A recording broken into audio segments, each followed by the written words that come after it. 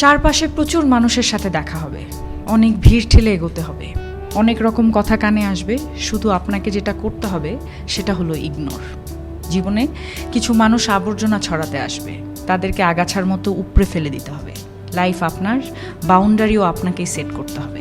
Negativity যেখানে দেখবেন সাথে সাথে সেখান থেকে দূরে সরিয়ে নেবেন নিজেকে। শুনতে খারাপ লাগলেও আপনার কাছের অনেক মানুষ আপনাকে খারাপ দেখতে চায়।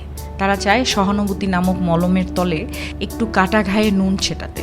আপনি সিম্পলি সেই সুযোগটাই দেবেন না। অযথা তর্কে যাবেন না, বোঝাতে যাবার কোনো প্রয়োজন নেই। আপনার সামনে কেউ যদি বলে আপনি মূর্খ, তাই মেনে হেসে বেরিয়ে আসুন। ওই যে সময় আর এনার্জি বাঁচিয়ে নিলেন, ব্যাস কেল্লা ফতে। যে যা বলছে শুনে নিন, আর মুচকি হেসে শির দ্বারা সোজা করে নিজের সিদ্ধান্তটা নিজেই নিন। যারা নিজের সিদ্ধান্ত নিজে নিতে পারে তারা আসলে জীবন চেনে, বোঝে। আপনাকে নিয়ে যখন বাকিরা সমালোচনা করতে ব্যস্ত থাকবে, আপনি ঠিক সেই সময়ে গাছ লাগান, ঘুরে আসুন, রং তুলি নিয়ে মনের মতো ক্যানভাস সাজান, বাড়ি গোছান, গল্প পড়ুন, পারলে আরও দুটো সাহিত্য পড়ে নিন, নিজের পুরনো ফটো দেখুন, ব্যাডমিন্টন খেলুন, ছবি তুলুন।